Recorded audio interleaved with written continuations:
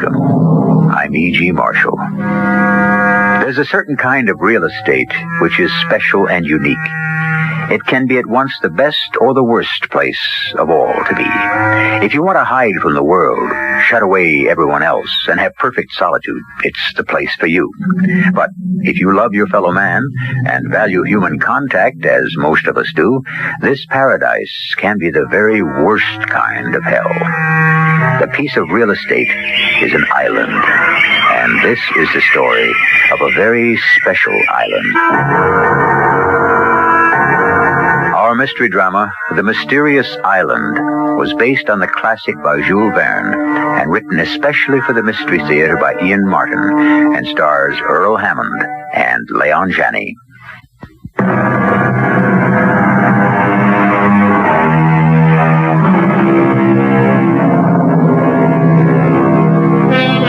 In March of 1865, the Union Army of General Grant had the town of Richmond, Virginia, sewed up in siege. And a curious situation developed. Within the town were many Northern prisoners, Union officers and others whose burning desire was to escape and rejoin the North. But while allowed certain liberties, the town was so strictly guarded that escape seemed impossible. However, just as their prisoners could not escape, the Southern secessionists themselves were also trapped. That is how Forster's balloon came to be manufactured and inflated in the great square of Richmond, waiting on north wind, which arrived on March 18th with a vengeance. What brings you out in such weather, Captain Harding? What else, Mr. Spillett? Escape? Whenever the weather is bad is the time. The worse it gets, the better our chances. Have you a new plan? I've been approached by someone with a new idea. Who? His name is Pencroft, a sea captain and a navigator. Well, we can hardly hope to escape by sea, so we have little need of a navigator. Don't be too sure. Suppose we were to escape by air. By air? How? We're looking at the means right now. Foster's balloon. Are you mad? We're not aeronauts. I am an engineer. Pencroft is a sea captain. We have some qualifications. And what about me? You, Mr. Spillett, will have a front-page story for the New York Herald. And what a newspaper story for a war correspondent to write. As if I'm alive to put pen to paper. No, it's impossible. The craft is too well guarded, and besides, Jonathan Forster is scheduled to leave today. With 5 heavily armed men. The gondola is packed with $2,000 in gold, ammunition, and stores. But if Pencroft is right, he will delay his takeoff. Why? He reads this wind as the leading edge of a hurricane. Forster won't risk it. And you propose we should? It's a chance that may never come again. How many are we? Myself, yourself, Pencroft, and his son. How old? A boy, but full grown. We can't very well leave Pencroft behind. It was his idea, and he won't go without his son. Very well. When? Tonight, after dark, at 10 o'clock. Keep your fingers crossed that the wind does not die down before then. And so began an incredible adventure. As a writer, it naturally fell to me to keep the record of it, and weird and unbelievable as it may seem, I have tried to keep it faithfully.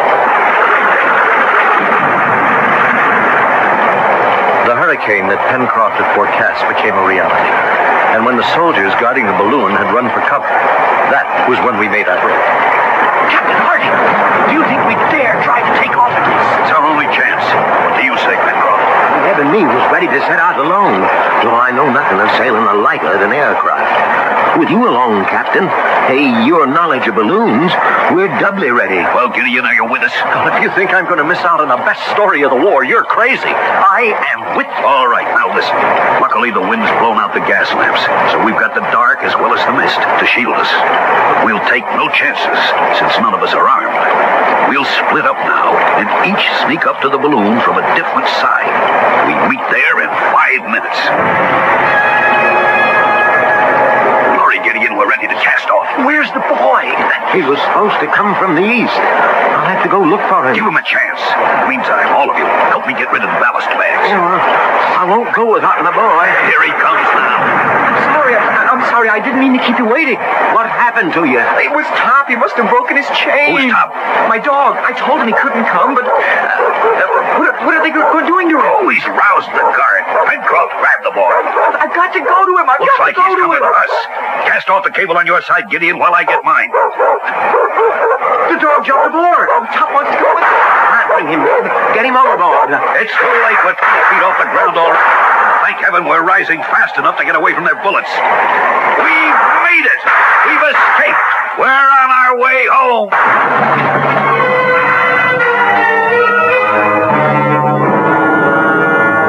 Home. Little did any of us know how long it would be before we saw that again, if ever. No words could describe the terror of the next 5 days. The full rage of the hurricane swept us through the air, tossing and turning the gondola basket like a pendulum till all of us were airsick. By night, the captain could not dare risk a descent, and by day, a curtain of swirling fog shrouded the earth.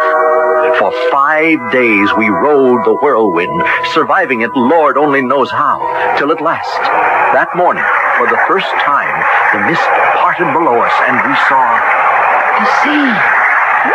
It's sea beneath us. Yes, and we're falling fast. What's that sound? There's a rent in the balloon. The gas is leaking out. What can we do, Captain? Get everything overboard. Lighten her as much as we can. Oh, what about this gold? Over with it. It's over $2,000. Good, it might buy us our lives. Over. Come on. The food, Captain. Everything, even the guns. It isn't doing any good. We're still falling. Land, Captain, land. Topside first, land. Where? Neb, you're right, boy. Off to starboard there. We'll never fetch it. We're almost in the sea now. Oh, we've got to lighten her more. There's nothing left to get rid of. Yes, there is. We'll cut away the gondola itself. Quick, all of you, climb up on the net around the balloon and cling to it. The wind's carrying us toward the island. But Top, he can't get up You there. go with the others, boy. I'll hand Top up to you. Here. I've got him, okay. Hurry, Captain. Hurry, we're almost on the wave top. Just one more cable and cut it. What happened? We took a wave broadside. But look, it bounced the balloon up into the air. We're going to make it to land. We're going to... No, Top. What is it, Neb? The captain, Dad. The captain, he's gone. And Top went in after him.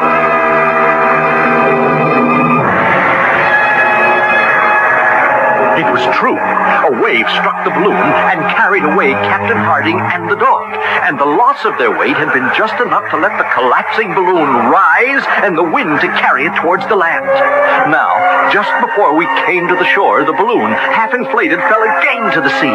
And with the wind driving it and us clinging to the mesh, we were rushed to the shore, battered by the surf, fighting our way to shore, exhausted and half dead. Easy, lad. Easy. We'll find him. Oh, never in a sea like that. Any sign of them, Gideon? I didn't have much hope, and I was too exhausted to go far. What happened to the balloon? As soon as we cut ourselves free, the wind took it. It's gone too. It's Top. It's Top. Here, boy. Come on, boy. Oh, Top, you're alive. You made it. The dog looks in good condition. Strange. Something stranger. His coat's near as dry as a bone. How could that be if he come out of the sea? Well, he didn't. He came along the beach and... Hush, boy, hush. Well, then that means the captain may have made it ashore, too. I don't see a sign of him. If only Top could tell us. Oh, but he is, Mr. Gideon. He is. Look. He's got my sleeve, and he's trying to pull me back the way he came. He's trying to take us to the captain. We followed the excited dog. He was leading us into the tropical jungle. Now, after fighting our way for nearly a mile, we came out in a clearing off which opened a cave. And in it, we found... It's the captain. Down, Top, down. Well, I only hope he's still alive. Captain, can you hear me? Neb, here, take my hat. Get some water from that stream. Yes, Father. How is he? Well, he's unconscious. Oh, that's a bad gash in his head. But otherwise, he seems unhurt. How in the name of all that's holy could he have got out of that sea, cross all them rocks, and dragged himself here? Yes, seems impossible. But we haven't time to worry about any mysteries now. We have to try to bring him to. As I worked over the captain, my mind was busy with many questions. Where were we? Was it an island or a continent? Did it have inhabitants or not? And how could a man with so serious a concussion, exhausted from a long swim, have possibly dragged himself across those jagged rocks without injury and found his way a mile deep into this tropical jungle to the safe haven of this cave? I can't answer your question, Gideon. When I hit the water, I was knocked half dizzy. I swam as long as I could, but the waves were terrific. And the last thing I remember was thinking I'd had it and blacking out. You don't remember anything about getting to the beach or finding your way here? Not a blessed thing. And Top? Oh, I remember his swimming beside me when I blacked out. Yes, but he could hardly have dragged you ashore. Hardly. Well, you'd better rest. Gideon, where are we? Well, that's what I'd been hoping to ask you. I've been thinking about that since I regained consciousness. Now, traveling southeast from a starting point in Richmond at an average of 90 miles an hour ahead of the wind, my guess would be some 7,000 miles away and somewhere in the Pacific. 7,000 miles? Well, the distance is less important, perhaps, than the direction. The question is where we are here. Is it the South American continent, the Asian, the Australian, or is it an island? I can answer that.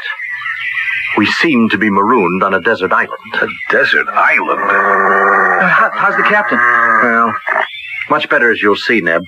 What luck? All kinds of luck. Unbelievable. Washed up on the shore, lashed to two barrels which kept it afloat, a great sea chest full of all sorts of tools and weapons and clothes. Maybe more important, 2 wooden crates.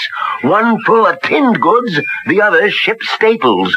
Coffee, flour, dried beef, and the like. It's incredible. Washed ashore from some shipwreck? Well, maybe, only... Well, you tell them, Father. All I could say is them rope lashings hadn't been in the seawater long. Someone or something, we think, left those stores for us. And I know for sure I couldn't have saved myself. I had to have help. Divine or... Now, just a minute. If anyone's saying that some supernatural influence hovers around the island... All I'm saying is what I see and what I know.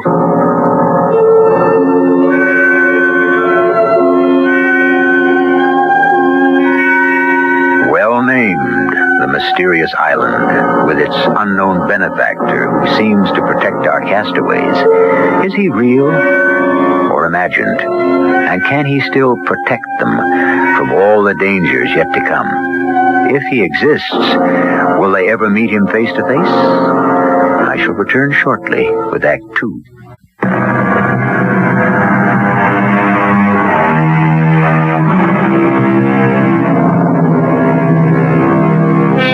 Can you conceive of traveling 7,000 miles in an unguided balloon? Of being swept from one hemisphere to the other? And yet, if you'll take out a map of the world and lay an ordinary ruler from Richmond, Virginia to the southwest, the direction that a northeast wind would blow you, you'll see you could end up somewhere south of the Hawaiian Islands in the midst of a sea that in 1865 was still largely uncharted. If indeed some other presence invaded our island, during the next month we had no further evidence of it. We were all too busy with our various tasks, and Captain Harding with regaining his strength, to think much further about it. One morning, Neb and Pencroft set out to hunt, and I set about constructing some more earthenware pots on a wheel, which the captain had designed. Good morning, Gideon. Morning, Captain. It's a beautiful day. Seems so to me. Thanks to you, Gideon. Nonsense. I've done little.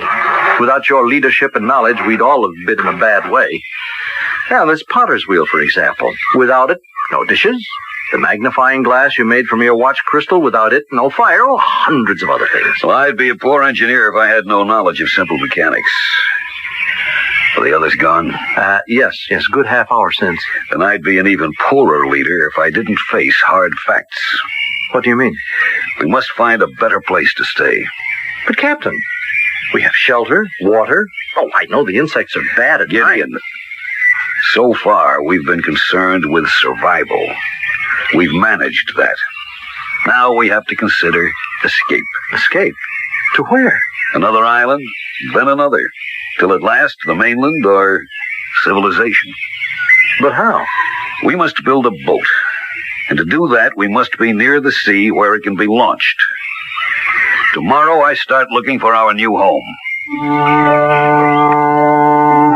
3 weeks later, Captain Harding had found what we came to call Granite House, which became our permanent home. I will never forget the day he first led us to it. A great granite cliff suddenly reared straight up from the beach, a sheer wall facing the sea. To the side of it, we climbed a tortuous path, past a waterfall, till we came to a small plateau with a small lake cupped in it. Around the lake, we followed him to an opening in the granite wall, and then through a continuously downward path till... Seems like we're on our way back down to the beach again, except inside. Exactly, Mr. Pencroft. Well, we must have come a couple of 100 feet through this narrow cave, Captain. Not much further. This is a fascinating formation. At one time, I believe the lake above and the sea itself were one, filling these caverns. It won't come back and drown us now, will it? No chance. You'll see why in a moment. Now, welcome to your new home. Why, it's huge. And all those windows opening onto the sea. That's why the sea no longer boils up into the lake. It broke through the granite eventually. Oh, it must be 60 feet down to the beach. A little less. But if we lived here, we'd have to have all that climb up and then hundreds of feet back down again. Not at all, Mr. Pencroft. We would build a stout door to protect our rear. Rope ladders from our windows to come and go, which could be drawn up if need be. Use the waterfall for power to help our machines, and build our boat ready to be launched in the river mouth down below. Well, I understand, Captain Harding, but do we need all that protection? Who knows? Are we not all sure there is some other presence on our island? We moved in, and we made it home, and we started to build our boat, the Bonadventure. Looking back over my diaries, it is hard to believe the time that passed almost unnoticed, but even harder to believe the amount of work that was done. On one of his exploring expeditions, Captain Harding had discovered the tattered remains of the balloon trapped in the treetops. These had been brought back to make sails. And at last, the great day of launching had happened, and we sailed within the lagoon, finding the Bonadventure handled very well. It was just at dusk, as we were returning to our mooring, that a strange thing happened. Help, Neb. Come about. What is it, Pencroft? Darned if I know. There was an eddy there, like there might be a rock. But watch out to come about. Clear the boom. Trimmer, Neb. Aye, sir. No, hold a minute. Let her fall away. Now what, Pen? Right there, Captain, where I saw the water break like an eddy. See it? There, a bottle floating. We came about, circling again. And sure enough, there was a bottle bobbing in the water. Penn sent Neb over the side for it, and in a few minutes, we hauled him in, wet but triumphant. What have you got, lad? It's just like Father said, a bottle. Give it here. Here you are, sir. Let's see if we can get this cork out. There. There's a message inside, or at least a paper. Can you get it, Captain? What does it say? Just these words. Help, please. Castaway, Tabor Island, 153 degrees west longitude, 37 degrees 11 minutes south latitude. Why, well, that's not over 70 miles. Just over the horizon. We could make it in this craft easily as sailing downwind. But not all of us. It's near dusk. Head for the mooring. We'll set all our courses for tomorrow. I won't won't go into the discussion that night at any length. It's enough to say that since the boat could not handle more than 3 people, only 2 of us could go. At first, the captain and Pencroft seemed the logical pair, but Pencroft proved to be stubborn. He didn't want to be parted from Neb, and I had to agree that he was right. Everything we attempted was full of danger, and our boat was at best very frail. Obviously, it could be best handled by a seaman and his son. So, uneasily, we bid them goodbye the next morning. During the day, we kept busy, but with nightfall, the captain and I returned to worry and the helplessness of waiting. I don't like the weather. Yes, looks as if there's a squall on the way, but it should blow over long before they get back. Should I have let them go is the real question. Another human being in trouble? What choice was there? If he's still there. Paper looked quite fresh. I don't think that bottle could have been long in the sea. Thinking back, that's what worries me. Well, nothing we can do but wait. With the fury of a demon, a tropical storm broke, and huge waves lashed at the shore below us. It was the night of the 3rd day, and we had expected the Bonadventure back this night. Could she live in such a storm? Where have you been, Captain? I climbed down the rope ladder. The tides washed all the way to the cliff. I can't get to the bonfires to light them. Well, perhaps they haven't started back yet. I told them to spend no more than 1 day, and if they found no one to return. Maybe they saw the storm making up and delayed. Perhaps. Or perhaps the note in the bottle was some kind of a trick. The island may be inhabited. They may have been taken prisoner by some hostile tribe. Oh, I should never have let them go. Oh, no, you can't blame yourself. But I do. Particularly for not being able to get to the signal fires. In the dark, for a wind like this, they miss the island. They may be lost forever. They may... Look! Look, Gideon. The bonfires! They're lit! They're burning! Impossible. How could any man in this tide reach the point except by sea? And no mortal could live in such a sea. Look out beyond the bonfires. Can you see it winking on the sea? The riding light of the Bonaventure. And the fires will lead it straight to home. It was the bonfires that saved Pencroft and Neb. And who, or what hand had lit them, was a question lost the following morning in the excitement of their news. For they had found a castaway on Tabor Island. A new member had joined our society. He was tall, a mass of hair and beard, half clad in animal skins and filthy, more beast than man, and his arms were tightly bound behind his back. When we first reached the island, we thought there was no one there, although we did find an old broken-down shack, but that looked as though nobody lived there anymore either. Then we found him, running on all fours like an animal. When we tried to come nearer, he attacked us. And I don't think we could have handled him if I hadn't had a pistol to bring him to his senses. Oh, he gave me a whopper of a black eye, and we had to tie him up. He didn't want to come with us at first, and, well, he won't talk. You can't get a word out of him. Then you don't know his name, or who he is, or what he was doing there? That's enough. I'm British. What's your name? That's as may be. You ashamed of it? Who are you, Governor? Captain Cyrus Harding. Oh, a military man, eh? Union Army. Never heard of it. You American? I am. What are you doing on this here island? We're castaways, just like you. Captain Pencroft, sea captain that is, his son Neb, and Mr. Gideon Spilett of the New York Herald. Now you tell me, what were you doing on that island? Oh, now that's a long story. Captain Harding! Captain Harding, sir! Yes, Neb, what is it? I think you better bring your spyglass, sir. It looks like there's a ship on the horizon. A what? Here's the glass, Captain. Where's my... Oh, thank you, Pencroft. Where away, boy? East by northeast, sir. About 60 points. By Tophet, you're right, Neb. There is a sail. Can you make her, Captain? She's too low on the horizon yet, but ship it is. We're saved! We're saved! I wouldn't be too sure on that yet, sir. Not if I was you.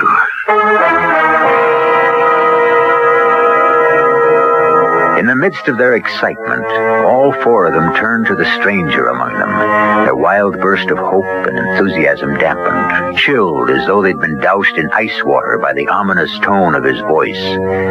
What does he mean? What enemy could the approaching ship turn out to be? I'll return shortly with Act 3.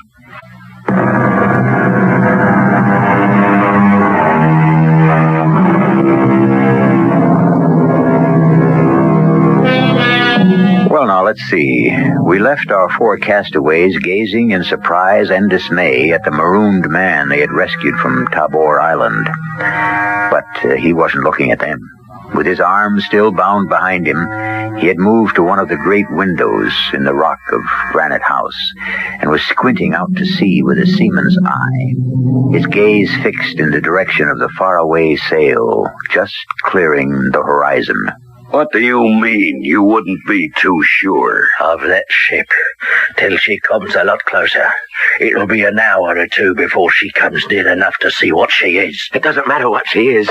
She's a ship, and it means a chance to get back off this island and home. Pencroft is right, Captain. I'll go light the bonfires. Plenty of time for that, my boy. She might sheer off if she sees no sign of life here. Not much chance of that, I should think.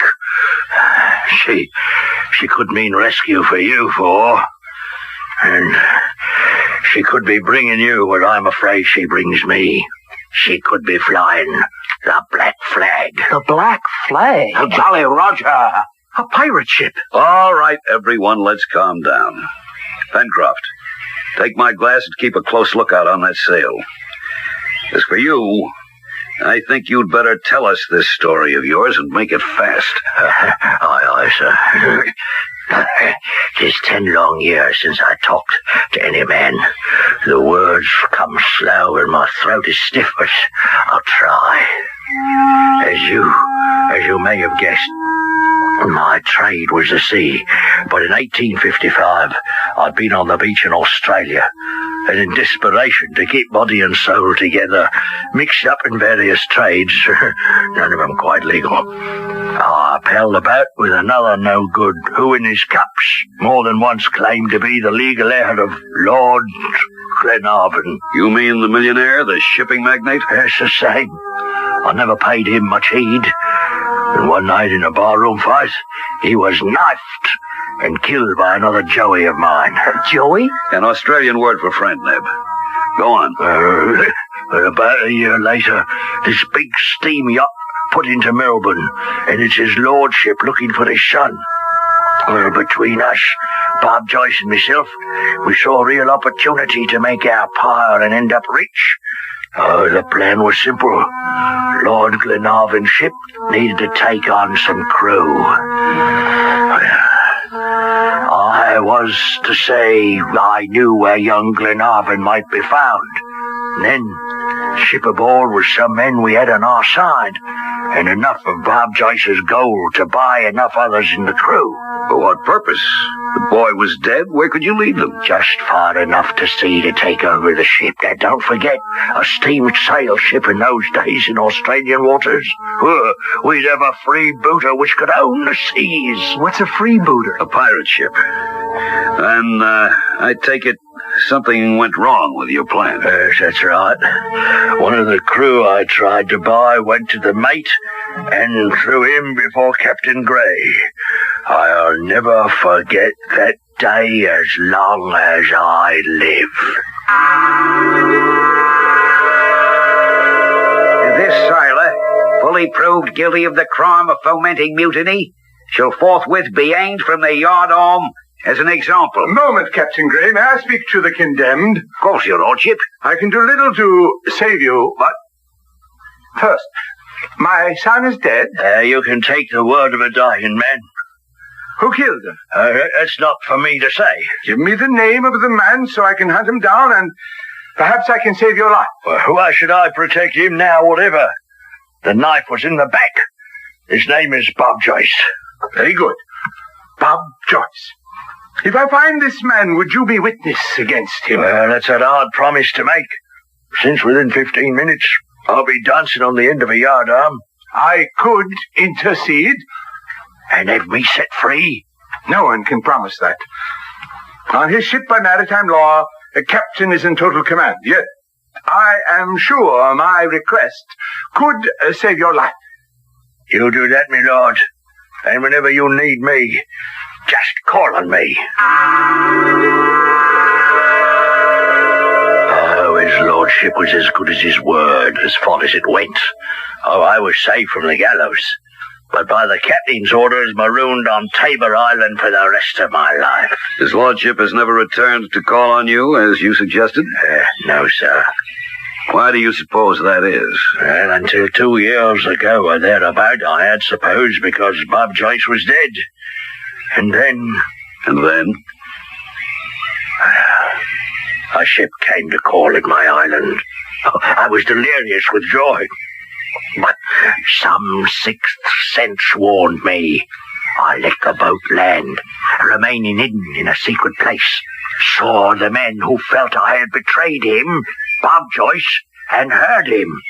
He vowed he would search every island in this area until he found me either dead or exterminated. Well, why was he so violent against you? Because he felt I betrayed him, condemned him to a life of piracy and fleeing the hangman. And that's why you're afraid of this ship we see bearing down on us. That it may be his ship. Yes, Captain. Because if it is, I'll give you my word for what it's worth, that he will destroy me and all the rest of us without a single regret.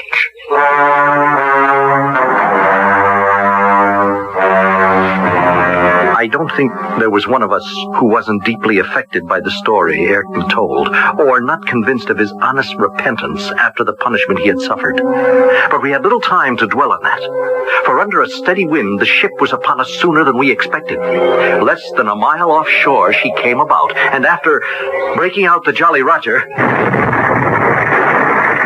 Hold your fire. But she fired on The us. advantage of cannon, she's beyond our range. You're right, Captain. Don't answer that fire. It's what she's looking for. You mean to see if the island is inhabited? That's right, yes. Then if we don't answer, she won't anchor and beat off again? No. We won't be that lucky. Put some boats ashore. Some boats? Aye, lad. There's 40 to 50 men aboard her. Far more than we can handle, except one way. Which way is that? You'd have to trust me. To do what? I see a spit of land going out there. It can't be more than half a mile to the ship from there. It's coming on to nightfall. Free my arms, take me out there, and I'll guarantee to swim to the ship and set off the powder magazine and blow them all to hell where they belong. And if I fail, what have you lost? Under cover of darkness, Neb and I sneaked down with him to the point, leaving the captain and Pencroft to hold the fort. Neb and I were armed with guns to protect him if he had to make a run for it. At exactly midnight, he slipped into the water for the long swim, and Neb and I settled down to wait and pray for his safe return. In less than an hour, all hell broke loose across the water in the dark. We got him. He was discovered. Now that much is obvious. How can we help him to escape? Mostly by keeping quiet and praying. The trouble is, we never should have risked this. Oh, well, why? Because obviously now they know there's someone on the island. And it won't take long to discover how few of us there are. Well, why should they bother us? I mean, maybe they'll just sail away. No, I wouldn't count on it. They'll have to come to shore for water.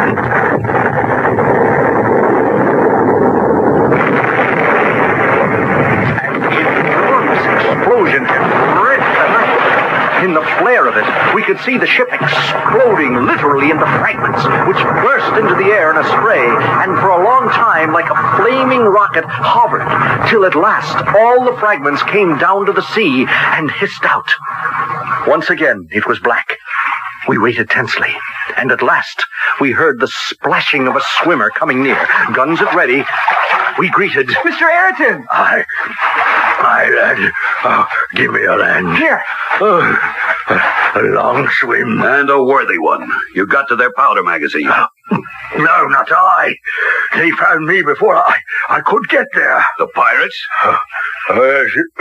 It was them, all right. We all had a fortunate escape. Oh, thanks to you. No thanks to me, lad. But their powder magazine blew up. Not through my efforts. Well, whose? Maybe the good God but some other hand than mine. He's passed out, Mr. Gideon. Yes. Exhaustion, I hope. Here, I'll take care of him.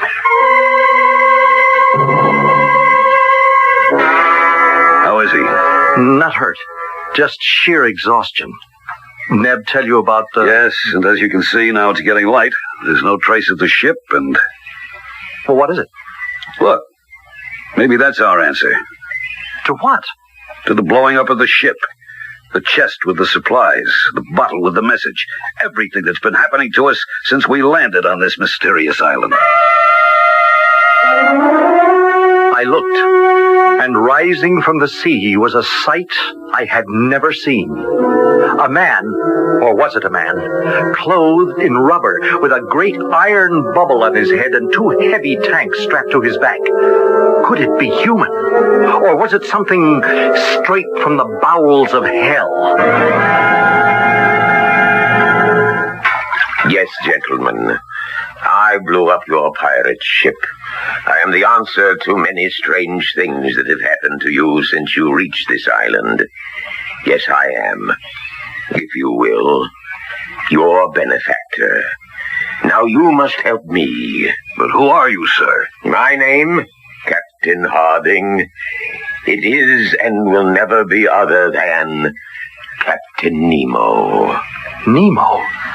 The famous Captain Nemo of the Nautilus? And of 20,000 leagues under the sea, the same. But I thought, well, most people believe that you and your fabulous undersea craft were destroyed. A belief since I shunned the company of men I was happy for the world to accept. For all these years I have combed the underworld of the sea alone, in peace. And your crew? One by one, Captain Harding, the sea, the rigors of our life, have taken their toll. At last, 3 years ago, I was left alone. And the Nautilus, that fabulous undersea craft. I piloted it to its grave under this granite cave you live in. The well. You used to come up it in your diving apparatus and occupy this chamber for your own. Right.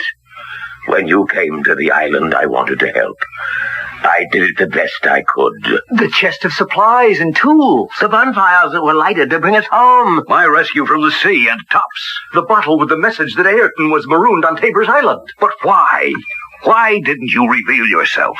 My history is my flight from my fellow man. And now you choose to reveal yourself? Why? Because I am dying. I have made my last effort in your behalf by blowing up the pirate ship. Now I ask a return from you. What? Buried in a subterranean chamber below this granite house of yours lies the Nautilus. I am going to it to die. I ask you to make it my coffin. What is it you're asking? Restore my diving equipment to me. Let me descend through the well to my rest. Besides the explosive I used to destroy the pirate ship, I brought a chest, my gift to the living. Now let me go. Gift to the living?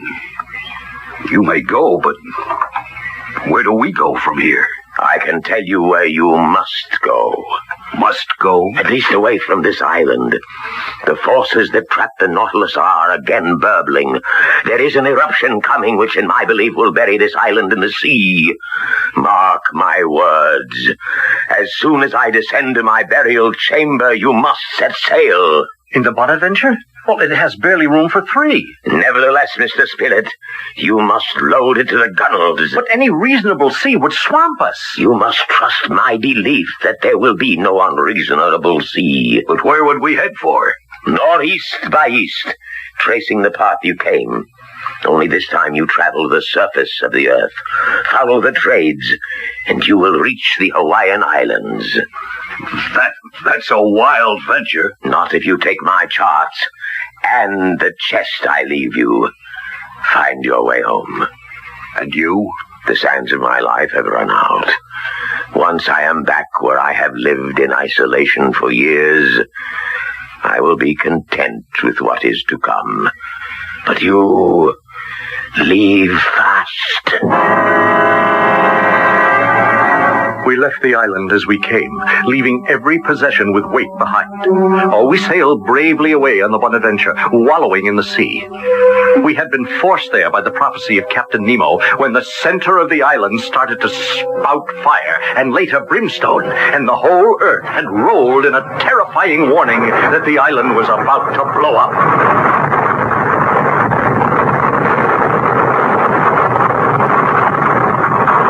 We watched while it did, and within all of us was a thankful prayer.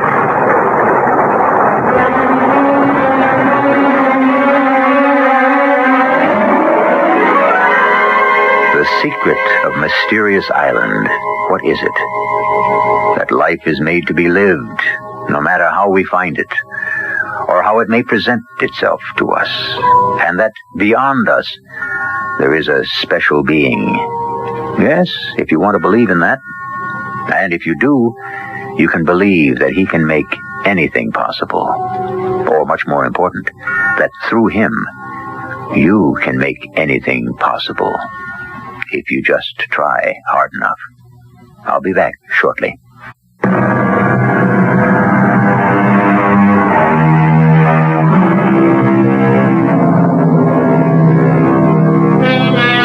A unique and fascinating man, Jules Verne. Over a century ago, he was opening vistas far beyond the vision of the ordinary man, charting unknown seas and revealing what lay beneath them, ranging across unclimbed mountains, through virgin forests, reaching even deep into the heart of the earth to bring his readers the world of imagination.